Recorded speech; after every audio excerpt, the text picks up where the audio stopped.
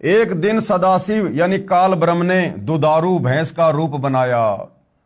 जब पांचों पांडव हिमालय क्षेत्र में तप आदि कर रहे थे तो उस समय ये जो काल ब्रह्म है, जिसने गीता जी का ज्ञान दिया है, जो ब्रह्मा विष्णु महेश का पिता है, ज्योति निरंजन, जो गुप्त रहता है, अपने काल रूप में किसी को दर्शन नहीं देता, परंतु भ्रमित यही करता है भक्ति और भगवान के नाम पर, साधनाओं के नाम पर। सारी शास्त्र विरुद्ध साधना यही करवाता है, आप और हम जीवों को अपने षड्यंत्र में फांसे रखने के लिए, क्योंकि यह नहीं चाहता कि कोई भी प्राणी सत्य साधना करके तत्वदर्शी संत की शरण ग्रहण करके मेरे जाल से बाहर निकल जाए। क्यों? क्योंकि इसको प्रतिदिन 1 लाख स्त्री पुरुष खाने का श्राप लगा हुआ है, इसलिए ये किसी को भी सत्य साधना वाला मार्ग नहीं पता होने देता है। तो जब पांचों पांडव वहां पर थे तो उसी समय इस काल ब्रह्म ने, सदाशिव ने, ज्योति निरंजन ने, ब्रह्मा विष्णु महेश के पिता ने एक दूध वाली भैंस का रूप बनाया और उस क्षेत्र में घूमने लगा। भीम दूध प्राप्ति के मकसद से उसे पकड़ने के लिए दौड़ा तो भैंस पृथ्वी में समाने लगी। भीम ने भैंस का पिछला भाग मजबूती से पकड़ लिया, जो पृथ्वी से बाहर शेष था वह पत्थर का हो गया। जो भैंस का पिछला हिस्सा था वो कुछ देर बाद वो पत्थर का बन गया और बाहर ही रह गया। वह केदारनाथ बना। भैंस के शरीर के अन्य भाग जैसे अगले पैर, पिछले पैर आदि आदि जहां जहां निकले वहां वहां पर अन्य केदार बने। ऐसे ऐसे 7 केदार हिमालय में बने।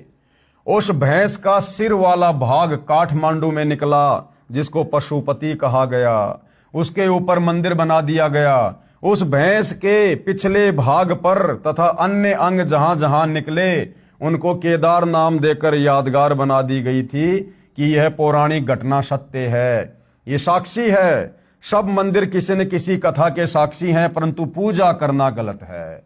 अब बताओ भाई, उस केदारनाथ में जाकर भैंस का पिछला हिस्सा, जो टट्टी पेशाब का हिस्सा है, मलमूत्र का हिस्सा है, उस भैंस के पिछले भाग को पूजने से क्या मिलेगा जो पत्थर की शिला है? ये विचार करने की बात है। अरे पूजना तो हमने परमात्मा को है जो परम सुखदायक है। हमने भैंस का पीछे का मलमूत्र का हिस्सा थोड़े ना पूजना है। उस पत्थर को वहां जाकर पूजने से अगर लाभ मिलता है तो अपने घर पर जिंदा भैंस का पिछला हिस्सा पूज लो भाई, घर बैठे लाभ हो जाएगा। परंतु ये साधना इस काल के द्वारा हम आत्माओं को भक्ति मार्ग से भटकाने के लिए शुरू करवाई गई थी और शास्त्र विरुद्ध होने के कारण इस प्रकार की ओछी आदि अधूरी घटिया साधनाओं का साधक को किसी प्रकार से कोई लाभ प्राप्त नहीं होता, उल्टा वहां जाकर वो पाप का भागी बनता है।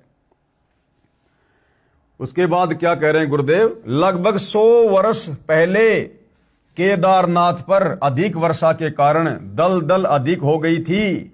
लगभग 60 वर्ष तक वहां कोई पूजा आरती नहीं की गई, न कोई दर्शन करने गया था। बाद में 30-40 वर्ष से दोबारा से दर्शनार्थी जाने लगे।